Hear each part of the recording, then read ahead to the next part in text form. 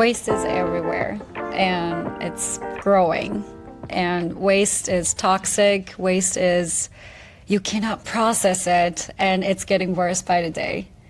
And I'm pretty sure everybody who is listening, they know the problem. That, right? They get that. Everybody's aware of it. But are we really aware of how bad it is? Yeah, because it's kind of like, it's really kind of scary because it's out of sight and out of mind. It's like, there's not many people like, there's very few people like who feel really bad when they actually put something in the trash. And, did I really need to throw that paper cup out, or could I wear this thing down until it starts leaking?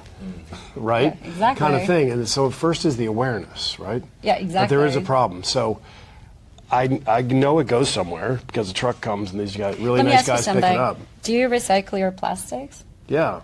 But do we believe that it actually does anything worthwhile? No. Yeah, that's what I was going to ask. Do you know? They Yeah, go, sorry, I'll let you ask 95%. So she's the storyteller. 95% of the plastics, they don't get recycled. Yeah, well, that's the problem. They go to incineration, they go to and that's what we hear. environment, so it's like, why bother? Yeah, exactly. It's a big, expensive trash can, and it's got a yellow top instead of a blue one. I mean, still, if it makes you feel good, go ahead and do. I'm not by any means I'm not telling anybody don't do it. Worse, but because I actually do it and then I know it doesn't work. So. It does not work. And so what we get from here, the current technologies, they don't solve the problem. They just shuffle the waste around. But so how can that be? I mean, come on, can I really trust? I mean, this is an expensive trash can. I mean, is it really not working, and why? I mean, is this what you guys are going to start to figure out? We already did. What?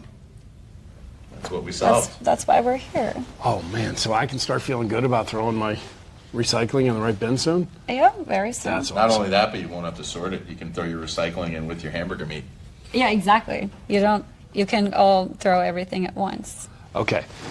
All right, so let's just now double click on the problem. So help me in some non-intellectual way get like, I got you. What's up? I mean, that all goes somewhere, and I know there's a lot of stuff. The current technologies, they just shuffle the waste around. So what does that mean? They take it from somewhere and put it somewhere else, right? Yeah. Or they take it away from the house and our site first, and then it goes to some facility, and from a waste manufacturer, they get dumped in a landfill, or they get buried in a landfill, or they get incinerated, or they get what about shipped the ocean? overseas. Don't they put them in the ocean still, or is that always makes me cry. Of course.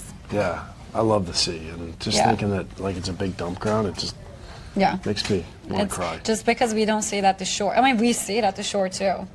When we see it, it bothers. I mean, I live in Miami and I see people, a lot of people, like groups, they pick up the trash. I'm sometimes one of them. But that's not how you're going to make a difference necessarily. I mean, yes, one plastic less is good still, but it's not. Like, we got to find a root cause to actually solve it. So, and the other thing is they changed the, how do you say, form of it. So they take it in one form, and then they release it in a different form. So you're still polluting the earth. You're taking incineration, where you where you take the waste and then you burn it, and what you create is you create some energy, but then you create toxic ash, where all the harmful compounds, your heavy metals, all your chlorinated compounds. Aren't there fumes too? And then your emissions, right? So you have this toxic ash, which they pay a fortune to get rid of, right? And then you have toxic emissions, which are filled with your dioxins, your polycyclic aromatic hydrocarbons, your dioxins, your NOx, your SOx, all the bad actors, the pollutants, right? That's really what the issue is with the combustion of fuels, with the combustion of anything. It's not the CO2 that gets released, right? CO2 is the gas of life, right? There's a lot of misconceptions behind CO2. It's not a harmful pollutant, right? It's a greenhouse gas, but it's not causing things to get sick.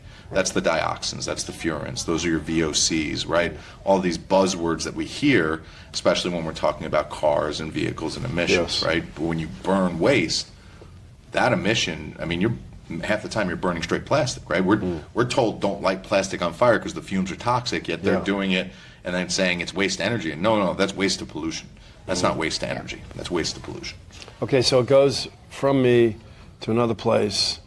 They cook it up and send it in a package to another place, which is buried or sea or something. Send it overseas. Okay, so let's call it out because we're all adults here, right? There's a lot of people in the supply chain who are pretty invested in this old school, dysfunctional process. Am I right?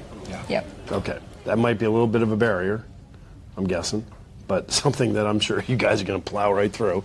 Well, you can look at, yeah, of course. Please. You can look at our social media. We already talk about that. Let's keep that plug. So what is your social media right now? Because we're going to keep doing this. How do they? The handle? Yeah.